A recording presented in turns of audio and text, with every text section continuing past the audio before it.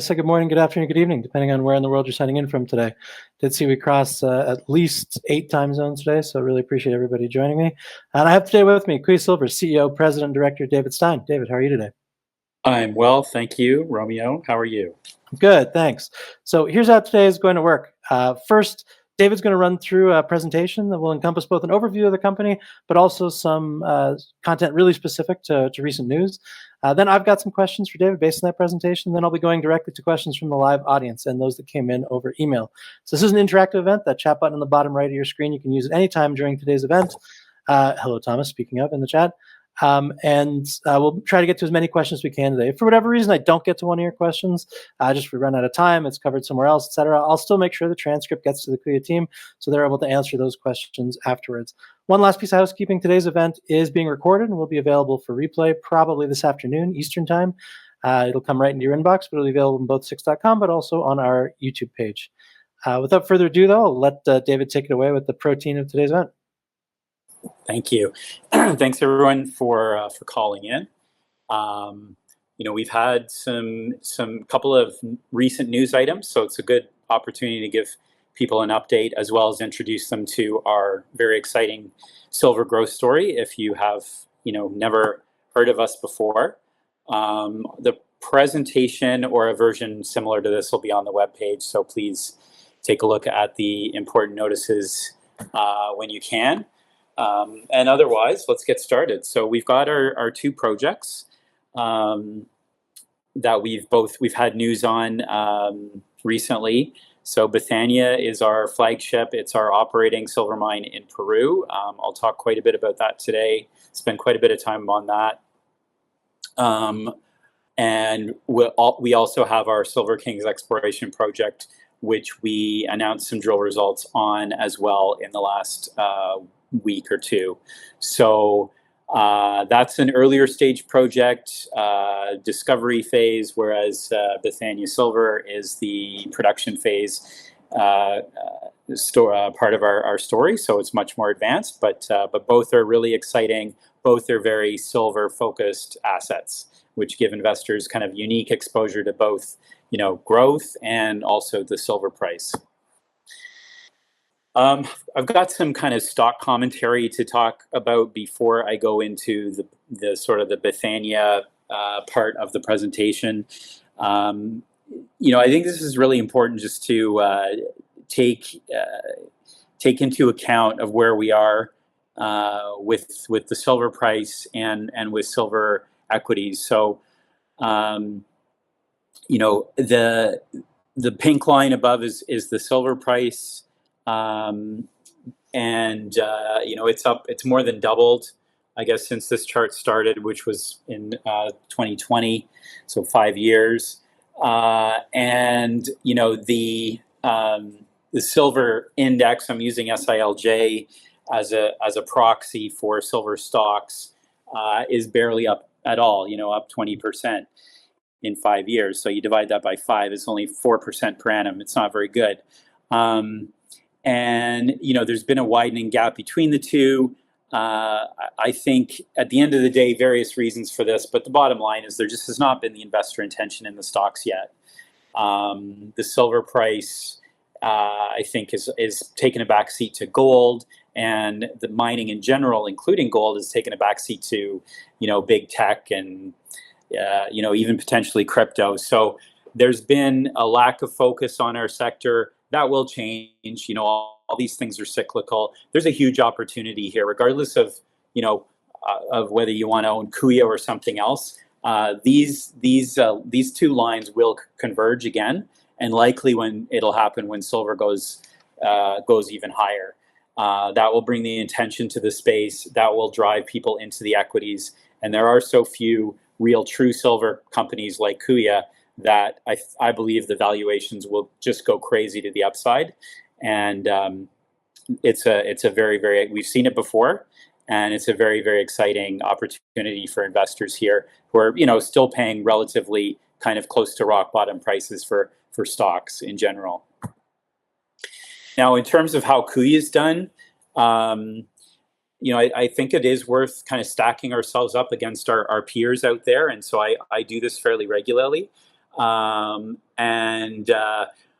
the recent high that I think is just a good goalpost to look at was back right before the U.S. election. Silver was close to $35. Many of the silver stocks, both Explorcos and the miners, were at 52-week highs back then in that week between the 22nd and the 29th, including us. We're down 38% since then, as of yesterday, up a little bit today. But if we look at, our category would be the small silver miners. So these are kind of the less than $1 billion market cap miners. There's only 6 of them that, we're basically right in the average for the group. One company that's done extremely well, and in fact, at times has been above its October 2024 high, has been Go Gold. And I think that's a real good one to look at, because what's changed in Go Gold versus the rest of the sector that's sort of just doing the same thing, just, exposed to silver. But, Go Gold's really had a great 6 months because, in my opinion, because they went from sort of being a, cash flow negative junior, like where Kuya's at today, to being a cash flow positive company and getting that recognized in their financials. So they actually had positive EBITDA for 2024 when their year-end numbers came out, and you've sort of seen throughout this year that stock outperform most of the other companies. Again, I feel like that's a good thing for to Kuya to look at here, because we are a little earlier than Go Gold, but we've got the same kind of trajectory with our operations. So that's a really good one. I won't go anymore. And then this is the opportunity. The opportunity is if you get into this sort of cash flow positive, EBITDA positive group, you either get taken over or you get a massive multiple. And there's really no other way about it here. There's I don't think any of the real true silver companies, and when I say true silver, I mean you're producing more than 50% of your revenue in silver. So not zinc, not gold, not something else. When you get it, if you're a true silver company and you get into that, sort of EBITDA positive thing, there's not one company out there that I can find that is really cheap, compared to gold and base metals. Silver really does trade at a premium. And again, that's a great opportunity if you can pick a company like Kuya before we get recognized by the rest of the market and get included in indexes, et cetera, then there's huge upside there. So that's my, I'm a former equities analyst way back. That's my research report for you on the sector. And we'll move on to Kuya specific stuff now. So here's where we're located: Central Peru, great area, great mining district, close to the city of Huancayo, with good access infrastructure, roads right to site. So within Peru, which is a really strong mining country, I think we're in one of the best locations, if not the best location within Peru. Now, this is not a forecast, but I want to talk about what we see, what management is looking for, not only in Bethania, but all the silver, projects that we might look at in the future. Is we want to see the potential for a 100-100 plan, which is 100 million ounces of resources and 100 million a year of free cash flow. In order to do that, at Bethania, for example, first of all, we need to get into production, which we're there. We're ramping up production now, and eventually we need to build our own mill. So we're starting off toll milling. There is a little bit of we give up some operating costs, but we don't have to spend that capex. At some point, we'll have enough cash flow that we can put the capex in. It's really not that much. It's just we're such a small company that we've decided to defer that big expenditure into the future, maybe next year or something like that. And then from there, once we build our own plant, we can start to expand on that. And that's how you have the potential to get from 20-ish million a year, which would be sort of our projected run rate based on our PEA, to over 100 million ounces by just essentially doing more more silver production. And with a discovery cost historically of 20 cents per ounce, we think, again, by reinvesting in exploration, we know where the veins are, we know where many veins are, we have the drill targets. We feel very strongly that we can continue to deliver on something like that. We haven't spent much money, almost zero, on exploration the last few years because we've been focused on production. But again, as the mine starts ramping up, as we get more and more cash flow, we will have money to apply to exploration. We will start drilling more, a lot more, perhaps later this year, or if not early next year, and then we can start to grow towards that target of 100 million ounces or more. And here's where we're going to do it. This is our land package today, 4,300 hectares. The mine itself is located just in this little kind of corner of the original mining concession, and that's where our resource is today. We've mapped and sampled veins, essentially extending the strike length by more than double. We've got the potential at depth, and I'll show you all this on some more zoomed in maps in a second. But we've got the Tito prospect we discovered last year, and Carmelitas, we kind of discovered or we went and sampled and mapped the year before. Both of these are former artisanal mines that are on our property and that we've taken control of in the last few years. So we know there's veins there. There's been production in some cases up until pretty recently. Here's our resource. It hasn't changed in a while for those of you who know the company. So you've got the indicated and inferred, which combined is about 14 million ounces of silver, equivalent of which is about 10 million is pure silver. This is a real silver deposit. You're looking at kind of 70-ish% by resource value is silver. And then when you look at actually payables, it's getting closer to 80%, 76 in the last quarter, because we get paid more for the silver as well than the other metals. So it's really a silver-rich deposit. It does give you exposure to the silver price, which again, very few companies do. There's a lot of purported silver companies out there that are really only giving you 30% silver exposure, or maybe 50 if you're lucky. Again, we give you much more than that. So if you're bullish on silver, Kuya should be a great company to own in the long run here. On May 5th, which was yesterday, we announced an operational update on Q1. So Q1 was really the first quarter where we had kind of consistent daily operations at the mine. And so before that, it was pretty difficult to, figure out, what was material. We did give some updates at the end of the year last year, but this is really the first real operational update that we've given with kind of consistent results. And although the production is pretty small to start off with, it's going to grow. And this sort of gives now investors the benchmark of which to kind of judge us going forward, which I think is important. Here's what the numbers show you. Again, broken down. This runs you through the whole process from mining at site at Bethania, doing all the development to get to the stopes, the head grades. So that's basically what we're pulling out of the mine.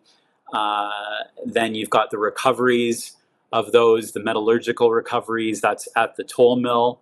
And those did improve since the end of the quarter. We've gotten our silver recovery up to over 94% in our last batch that we ran in April. So the recoveries are very, very high now, which is great. Metal processed, the concentrates, the amount of tonnage of concentrates that we're producing, the metal that we sell from that, because that's sort of how our offtake is calculated. So we get paid about 95% of the silver, which is really industry standard, for example, and it's slightly different depending on the metal. And then finally the realized price and the revenue. Again, we know the production was very small in Q1, but that being said, it's very nice to be getting revenue back and not just spending money, which most of our exploration peers are doing. And so even getting 200,000 back in revenue is a major accomplishment and really helps slow our burn rate. Going forward, we've made a lot of improvements to the mine. We were able to sort of take Q1 as we were ramping up slowly and do a lot of the infrastructure improvements underground that are going to be needed to, get up to 100 and eventually 350 tons per day. So we started, we did disproportionately a lot of real good, sort of underground projects that needed to be done anyway. Now we're ramping up, as the previous slide said, the last 10 days in April, our production more than doubled. What happened in April? Well, it was really, we closed that financing, to be honest. It's really a situation of, in order to ramp up, you need working capital. We now have that. We're able to put more money into the mine. There's no technical issues per se. It's really just been a money issue. And now we have enough, we feel we can ramp up. And of course, once you get up to a certain level, then the mine starts paying for itself. And we just weren't quite there yet in Q1. But, we feel very strongly that we can get there over the next few quarters and, certainly before the end of the year. Now, when we look at, again, not a forecast, not promising anything, but we do see the potential to, more than 10x our resources just based on what we're seeing geologically, samples, the veins. It's very easy to explore in the Bethania district relative to other places that we've been because the veins come right to surface, and there's been relatively little mining here considering how huge the exploration potential is here. The Bethania sort of district that we control is relatively unexplored.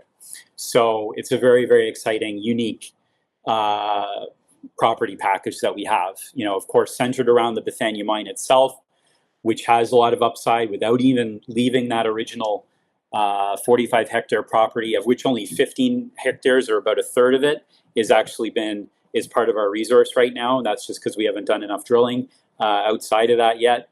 And then we've got Tito to the south, very close to the mine, and then we've got Carmelitas off to the west. There's potential for other, zones as well on this bigger land package. We just haven't done any real significant regional exploration yet. We focused on going after the artisanal mines, which are very obvious targets. Bethania, the mine itself, so the entire resource is located on the western third of the property in that red triangle. Even in that area, we've actually made new discoveries since the resource came out, including that gold-rich Carmen vein. We also know that there's been several million ounces mined out of there before we got there. So you're looking at a block that probably geologically was closer to 20 plus million ounces when you include what's mined out. And then it's open at depth and open along strike. No indication so far that the structures are closing off at depth. We've got all of our deepest drill holes are very good, wider, higher grade, generalizing, but in general. And then off to the east, you've got the other set of veins on the other side of the hill, which we believe connect up with to make one bigger kind of vein system. And that gives us sort of the potential to double the whole thing again off to the east, and it could continue going even further. We haven't. When you go down into this valley, you kind of lose the outcropping veins. So it's quite possible there's even more there. Tito, very similar to Bethania, frankly. It's these big mineralized structures. In this case, this one vein has been mapped and sampled for 640 meters, which is actually more than the strike length of the Bethania mine. Then you've got these sort of related structures, which are also mineralized. We're only able to sample what was outcropping. We've not done any drilling or trenching in this area yet. But what we like about Tito, which maybe puts it a little bit higher priority than Carmelitas at the moment, is that it's more consistently higher grade. We always, if you take enough samples, you'll very likely get 1,000, 2,000 gram per ton sample. But and we do at Carmelitas, we do at Bethania, but here we were getting them pretty frequently, almost every third sample, and that's definitely a good sign. Possibly this is a higher grade system. It's at least as big as Bethania in terms of the footprint. You're looking at 1 kilometer east to west with good strike length of the veins, and so we're very, very excited about Tito to be potentially another Bethania. And then the third Bethania could be Carmelitas. It's slightly different in the sense that the vein orientation is different. It's 2 parallel structures, so that they're not likely connected, but they're parallel. And if you do stack them back to back, you got another more than 1 kilometer of strike length of essentially vein swarm, silver-rich vein swarm, which we've done pretty intensive sampling of to date. So we really like this area as well. It's still not that far from Bethania, only about 3 kilometers. And so everything that we have is sort of trucking distance. When we eventually do build a mill, everything is trucking distance to that mill. All right, let's move on to Silver Kings now before we wrap up for questions. So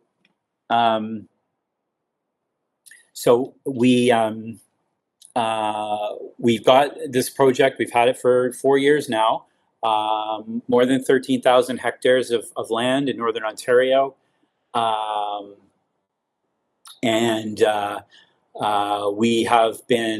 We've been drilling this, a little bit every year, and very successful, making new discoveries in this area that was, I think, most people thought it was completely mined out. And we've made new grassroots discoveries here, really kind of turned the whole district on its head in terms of the exploration potential. And so it's been very exciting to be a part of that. Frankly, I don't think we get much value for it as Kuya shareholders, unfortunately. But it is sort of a freebie. You get this really exciting silver exploration project, and you're not really paying anything for it. When we made our first our big discovery in 2023, we were testing this sort of idea that these barren structures at surface could be cluing us into mineralized structures at depth. And so we followed this barren vein at surface all the way down 200 meters, drilled it at the contact between this orange diabase unit and the lower green Archean rocks. We thought that's the place where we want to be. That's where the most of the mineralization historically is hosted. And sure enough, we were right. We hit a 15,000 gram per ton over 3.34 meters. We followed that up with a number of other very good high-grade holes since then. We started this year now with our drilling, and this was from our January announcement, to put together a sort of a bigger system of these parallel veins, these ladder veins, which are close enough together. It could be potentially sort of all grouped in one, to one resource. I mean, especially when you drill through a bunch of these and you get 11.5 meters over at 380 grams per ton silver equivalent, which, by the way, it's mostly silver in this case. We do have a little bit of cobalt sometimes. You get a pretty wide intercept that is has the potential to build meaningful tonnage, whereas a lot of the historical mining here was chasing very narrow veins, but where you could essentially visually see the silver in the rock. But we do know some of the later mines were more bulkier and mined lower grade, and lower grade here is still higher grade for the rest of the world, by the way. And so this is potentially something here where we could be onto something like that, which is very, very exciting.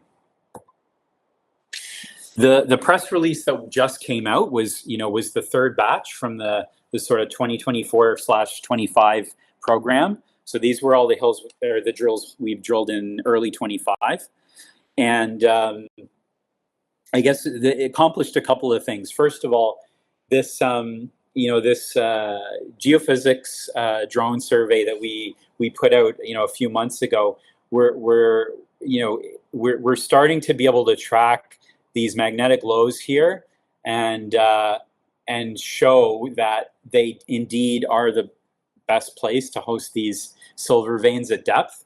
Remember, we're drilling a target that's 200 meters deep. It's not easy to do from surface. So any help we can get is obviously beneficial. And there does seem to be a correlation between these lows and the silver veins at depth. And we're able to sort of prove that with some drilling into now this sort of middle one here. We haven't drilled this western one yet. And the original Angus vein discovery was on this one here. So so that's looking pretty significant. The other thing that was, I think, really exciting in this particular last batch of drill results was that we hit a pretty important mineralized structure that's a new style of mineralization for us. So there are these black kind of carbonaceous shales that are found as part of the stratigraphy in here and do host mineralization sometimes. Some of the historical mines, they did mine this black shale material with rich in silver. And I mean, in our case, we had 11.4%, 11.6% copper as well as silver. So very, very high grades. If you go to the historical mining, there was copper and nickel sometimes reported as in the sales figures with the cobalt and of course the silver. So very, very interesting to get that that intercept. And it's, again, potentially a brand new style of mineralization, like I would call it a third style for us. So the first one would be the regular, high grade veins that we know and love from the cobalt camp. And they tend to be cobalt and silver, but sort of a bit of a zoning between the two. Some are more cobalt rich, some are more silver rich. Then you get the stringers into the wall rock, which are, usually perpendicular to the veins. Those are usually only silver. And then this third style of mineralization, which is the hosted in the shale, you get this more massive kind of silver rich base metal mineralization. So very, very interesting. We're super excited about this. Again, you're getting it for free as a shareholder. So to wrap up, we've got two projects, both increasing value on the Lassonde curve. Bethania going into production, still ramping up, still in the startup phase. Silver King still in the discovery phase. So these are the times when most of the value is created the quickest in the mining industry, and so we're very fortunate to be able to be in that position. After the last financing, here's sort of where our capitalization sits at about 30-ish million market cap, 120 million shares outstanding. Still very, very high management ownership. We're very proud of that. Certainly we've been diluted a little bit, but I bought more shares this year, as has some of the management team, and we're still over 10%. And that is the end of the presentation. I'll just leave this slide on, and then Romeo, you can ask me questions, and if they need visual aid, I'll go to a slide, and otherwise I'll just answer them. Works perfectly. I know we got a whole bunch of questions in the chat. I believe we should be able to get to all of them, but I do have a couple of questions of my own first, if you don't mind.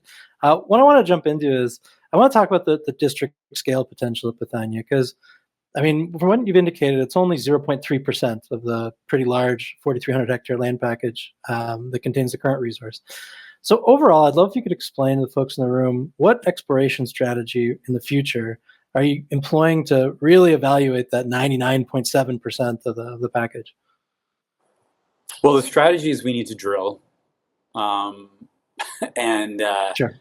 we could keep finding more veins, which, there's value to do that, but at some point we need to drill. Drilling's expensive, so we've kind of again pushed that off to focus on getting the mine into production. We felt like that was for us a more important thing to do in the near term, because it differentiates us from the oodles and oodles of other explorcos out there, which I'm sure some of them are great, but frankly, we just don't want to be in that morass. We want to be different, and we want to attract a different investor base. And I think we've been able to do that, and we're still doing that. So we've got a great production growth story with the exploration upside.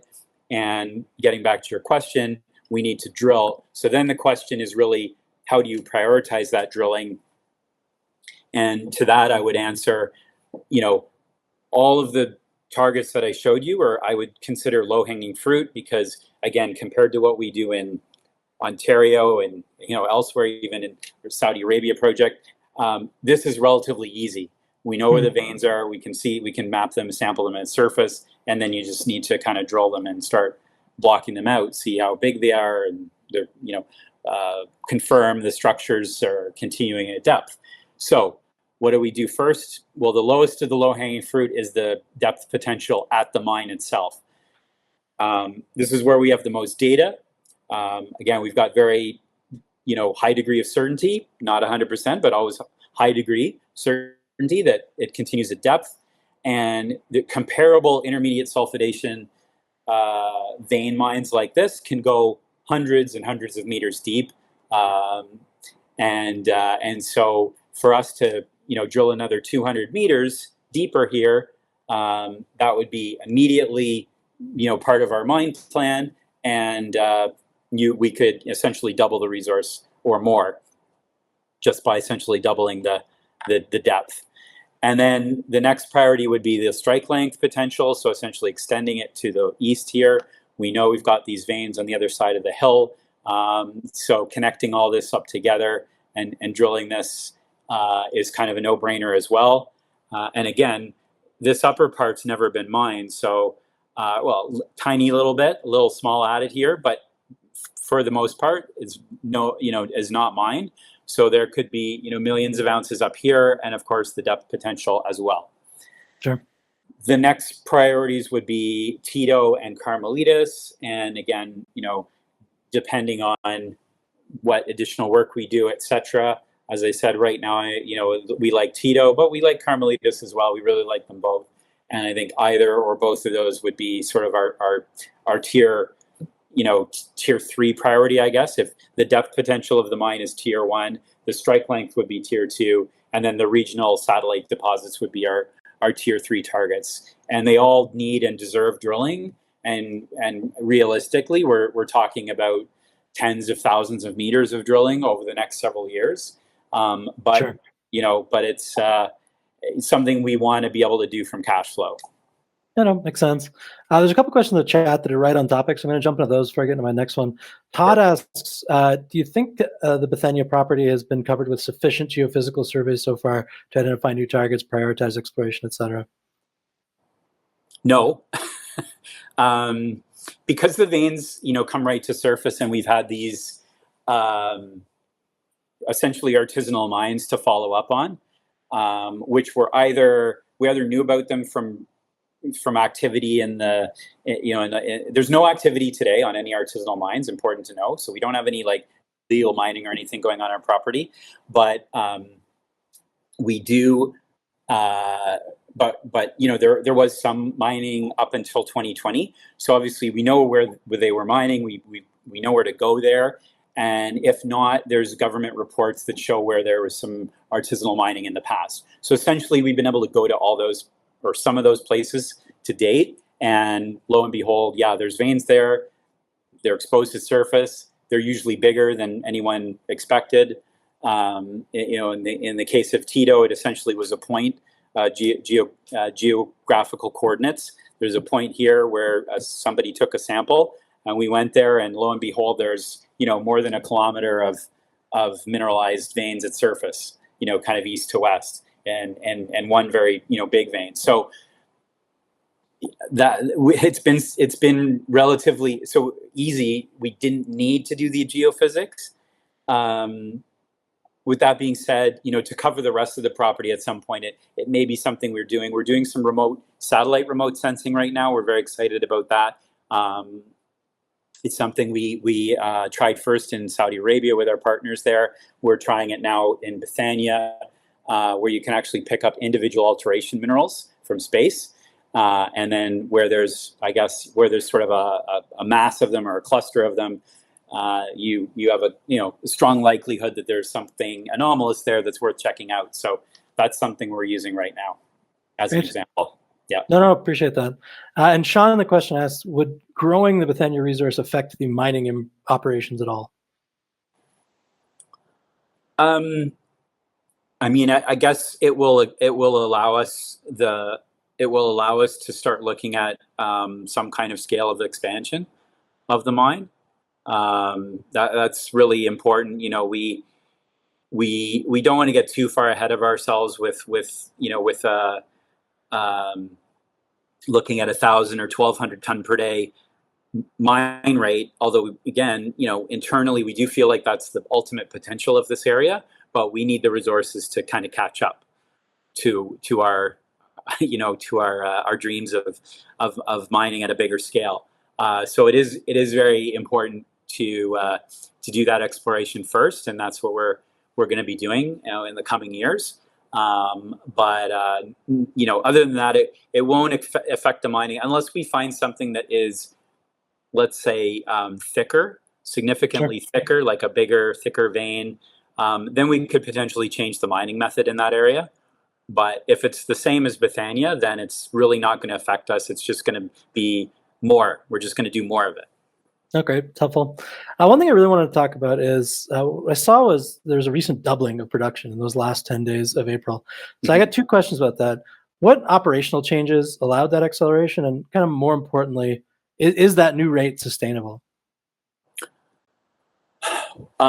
So look, as I kind of alluded to in the presentation, the real sea change that happened in April was we had access to more money. So we're kind of getting stuck in the first quarter, just with mining at a low rate, but with lack of working capital to continue development. And of course, in order to ramp up production, you need to have more working faces, and you need to have all the infrastructure to move the material out of the mine.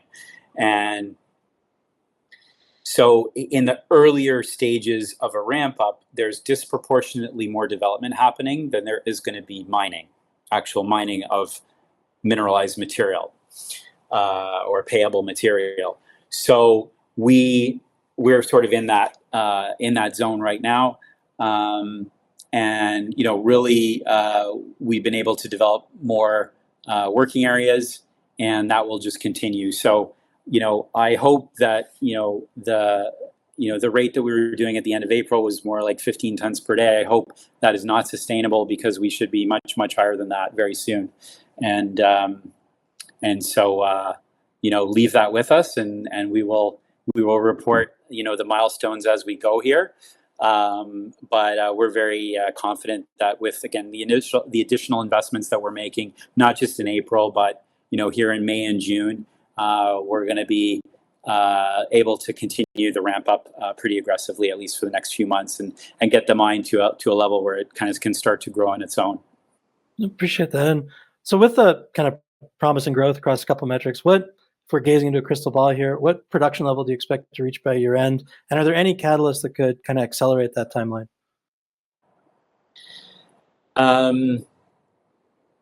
Yeah, good question. So look, we deliberately didn't give specific guidance on sort of beyond the next 2 quarters, but I think we should be by the end of the year over 200 tons per day, closing in on 350 at some point. Exactly what month and when remains to be seen.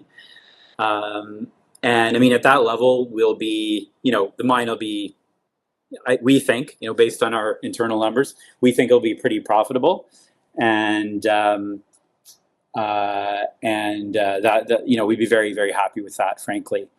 With that being said, if we do get positive things happening in the market, we could accelerate that even faster, certainly. And something like, for example, the warrants, which is more towards the end of the year. Those we've got a big chunk of our warrants, almost half of the warrants that we have outstanding come due at the end of this year. And if we get those exercised, that would inject another roughly 6 million Canadian into the company, and that would allow us to potentially ramp up even faster. So it's stuff like that. Again, it's really about money at this stage, and we are very, very much of the camp that we try to be very good stewards of the shares outstanding and the dilution. Obviously, sometimes you have to issue shares, but we've really tried to limit it only when it's absolutely necessary and when it's the right time. And so that's something we take very carefully. And again, we're not planning to do anything more this year, but it is always possible with the warrants and stuff like that we could have more money coming at us, and that would be great. We have great uses of proceeds for any money that we are able to raise, from warrants or anything else. We have we've got exploration, we've got the ramp up. So I think no matter what happens, we can show our shareholders and our investors that we generate a really, really high return. Great, thank you. One thing, I know you're not a technical guy, so just to best of your ability, I know that it says here that silver recovery has improved to 94% by the end of April. Curious, just any insight you can give on to how that happened.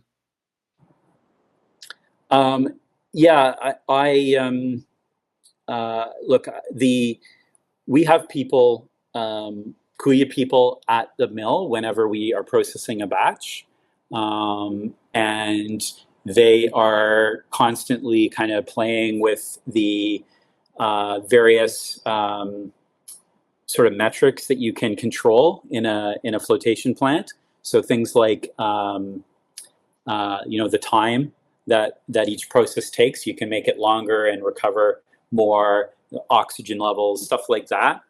And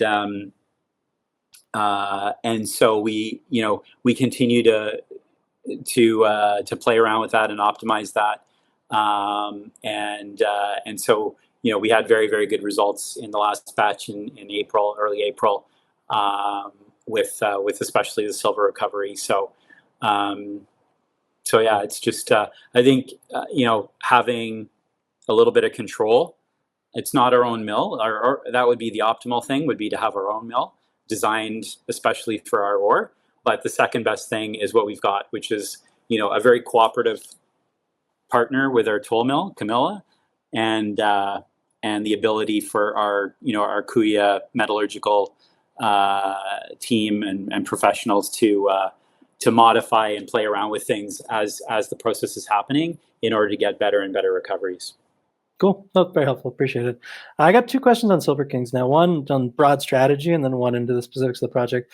So, with those impressive drill results there, the 15,000 grams per ton silver, how do you balance resource allocation generally between Bethania and the potential at Silver Kings?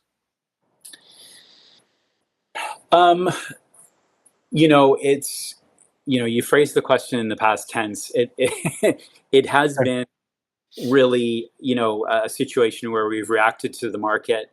Of course, almost every dollar we put into Silver King since we acquired it has been through the flow-through financing system here in Canada. I think as we go forward, I think this year compared to previous years, we're much more focused on Bethania. We really want to get that right. We really want to have the corporate resources going into Bethania because, I think if we can get the production up to, not even necessarily 350 tons per day by the end of the year, but anything even close to that, even approaching that where we're profitable, the upside in the stock is huge. And it's much greater than, doing another, drill program at Silver Kings. So we really like the project, but I think Bethania is the focus right now. Appreciate it. Last question on Silver Kings, then I'm going to get to the questions we haven't touched yet from the audience, and a couple that came in over email. But I know the Campbell-Crawford discovery shows the widening mineralized zones in recent drilling results. How does that new structural understanding of the deposit affect the exploration model, and what implications does it have for the resource potential generally? Yeah, so I think it's this. This is the best way to kind of show that. So we discovered the Angus vein first, which we think is sort of running northeast southwest, and then the parallel McNamara vein, and then in the January results, what we were able to show was that if we sort of drill through the middle of that, there's actually these veins that connect between the two, which we call the ladder veins, and they're close enough together that even though you might get some waste rock or low grade in between, the high grades kind of carry a much wider zone there. And so a couple of instances of that just to demonstrate. 11 point. Our best intercept was 11.5 meters at 379. Now within that, we had 236 of over 1,000 grams. Similar, a little wider but lower grade on this hole 24. So we're kind of showing that there's potentially a bigger zone. Of course, much like gold mining and in the Abitibi, you can get if you have veins that are maybe narrow, but if they're close enough together, you can kind of mine them all as one block. And the high grade carries the low grade, and you end up with a kind of a bulk average of the whole thing. And if that average is high enough, it's economic to mine. So obviously, 380 is really good. I mean, we'd take that at Bethania, even if it was only 2 or 3 meters, we'd be very happy. So to have that over almost 12 meters, 11 and a half meters is outstanding. So, well, obviously a lot more drilling required here, but this is good in terms of building up tonnage, because it is you got to do a lot of drilling to build up tonnage if you're only hitting a meter, 50 centimeters, 2 meters at a time. So this is certainly something where there's a lot more tonnage potential here than perhaps some of the other zones that are maybe just a single narrow vein or something. Great, thank you. Jake went from the chat asks, what reason do investors have to have confidence in the timeline to 100 and 350 tons per day? I mean, I think the fact that we're now funded for it is really the issue, or that's been the issue, and so other than that, I think we just need to execute and prove it. But as I said before, there's really been, at least since the beginning of this year, there's been no real operational issues with the mine, other than just lack of capital. I mean, if we were a big company and this was our third or fourth mine, it would be a different story. We'd be at 350 already. Sure. We could have put millions of dollars into development, and then in that case, you can ramp this up very, very quickly. But we're not in that position. We're a small company. We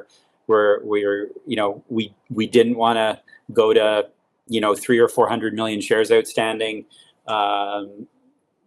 just to raise all the money we needed. So I guess time will tell if that was the right strategy or not. But I think it leaves a lot more upside for the investors the way that we've done it. Appreciate that insight, David.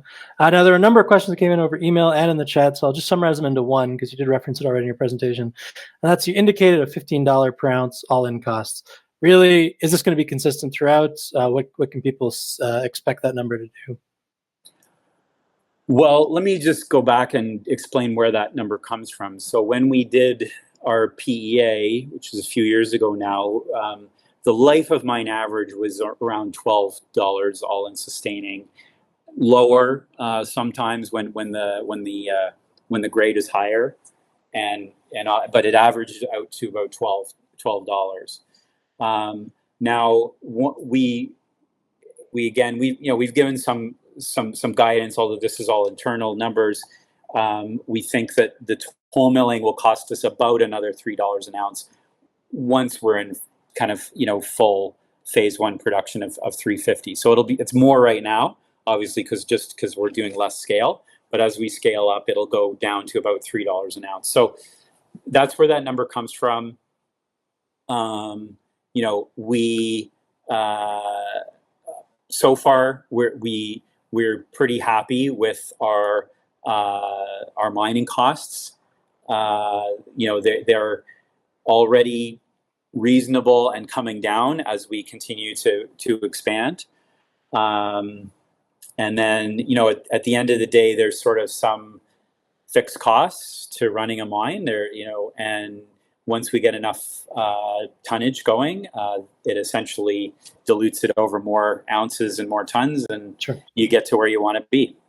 No, appreciate that. Summarizing a bunch of questions that are in the chat and a couple that came in on email. To the best of your ability, what are the odds of another raise required or financing required this year? Well, I'll go to a slide that I have. So this is something I've presented online before. In fact, we might call this the Stein curve because I invented it. Sure. And I'm very proud of that.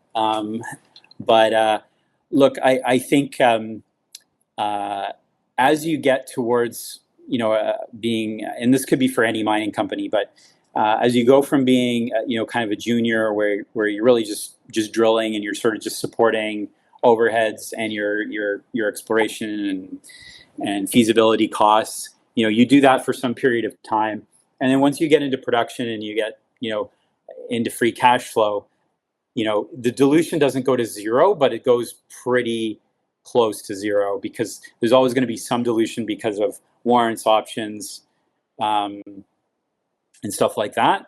And Kuya is no different. So I think the important thing on that is to say that we're on the starting to get on the low slope of this asymptotic curve here, where it starts off very high and there's a lot of dilution early on. And then, now we're getting into this area where there's not going to be very much dilution percentage wise going forward, is what we expect. And so we're not at this point planning on doing any other equity issues this year. We obviously want to push get the operations going with what we have. We want to get credit for that in the market. That means we need to execute, and it also means we need to tell the story. If we do that, I think we'll be way over the warrant strike price, and we'll have quite a bit of cash coming in at the end of the year, which we can then do whatever we want with, including expand, put that into expanding the mine quicker. We could also potentially do more exploration with that, more drilling, which again, either of which is going to add a lot of value to the project. Perfect. No, appreciate that. I know we got only 7 minutes left for the end of the hour, so I'm going to shoot some rapid fire questions at you from the chat. Thomas asks, might Bethania and Tito connect into one system, or are they separate? I would say they're likely separate but related. Sure. And the reason is just they're parallel. The veins seem to be parallel to each other. Bethania is running in more or less the same orientation, the Bethania vein swarm, as Tito. So I think more than they might, if they connected at depth, it would be way too deep. So right. So it's more likely that we'll just treat them as two separate areas. And great. Yeah. Sean asks, is Bethania implementing mechanical mining yet? Right now, no, at where we're at, but obviously that's something we are investing in right now, and we'll start to incorporate that into the operations in the coming months. Great. Walter asks, has the explosives issue been resolved? Yes. Awesome. Doing rapid fire here right at the end. Peter asks, I think he likely heard about the Saudi Arabia project for the first time on this call. He's curious what the company's doing there and what stake Kuya has in it. So I'd ask people to stay tuned on that. We're going to make an announcement on that very soon. There is activity going on there, and we're pretty excited about it. We'll have an announcement on that very shortly, and that should answer most of the questions on Saudi Arabia. And obviously, after that comes out, I'm happy to answer other questions by email or whatever if you're interested. Perfect. Sean asks, is 350 tons per day the upper limit at the mill? So no, 350 is what we're permitted to do right now, both mining and the mill construction. And the idea would be get there first as a phase one, and then look at sort of amending the permits to expand from there. And I've been looking at development mining projects for 25 years now, and it's always or almost always easier to expand an existing mine or mill than it is to build it in the first place and permit it in the first place. So we feel that's a much better strategy than trying to start from square one and go 0 to 1,000 tons per day. If we get to 350, that's a nice mine. That's a nice size mine. It's worth way more than the company is valued today. Sure. But with that being said, we do think we can expand from there, and we'll do the amended permits and all that. And if they take a year or 2 years to get those, the good thing about being in operation is you're making money the whole time, and so you're sort of getting paid to wait. Whereas again, if you're a pre-construction or pre-production company, then any delay on permits costs you millions and millions of dollars. So that we'll be in a much better position. Understood. I got time for 2 more questions, and both people started with any chance. So these are 2 any chance questions. Sean asks, any chance of a Silver King spinout? There is a chance. There you go. And Todd asks, but nothing. We're not. It's not nothing imminent. But again, anything. Remember, I'm a big shareholder of this company. Anything we can do that that creates value for shareholders, including myself, I'm open to it. Great. And Todd asks, any chance the Carmelitas are the same veins offset by a fracture or fault? That I would say possibly. There could possibly be, for example, like one of these in the middle here. We haven't really done much exploration in between. There's about 1 kilometer in between the 2 zones that we haven't done any exploration on. So it's possible there could be some kind of vein or structure fault that connects these 2 together, and we'll have to see. Awesome. Well, David, appreciate your time today, going through a presentation, also dealing with some really rapid fire questions. So absolutely thank you for the hour. And for the tons of people who are in the chat, really do appreciate all of your thoughtful questions. If for whatever reason I didn't get to you today, I think I was pretty close to everybody, but I will be sending the transcript through to David and the Kuya team, so they'll get back to you hopefully as soon as possible. I really appreciate everybody joining us today. I think this was a great event, David, and hope to talk to you soon. Thanks, everyone. Appreciate your interest in Kuya, and happy to answer any other questions you have.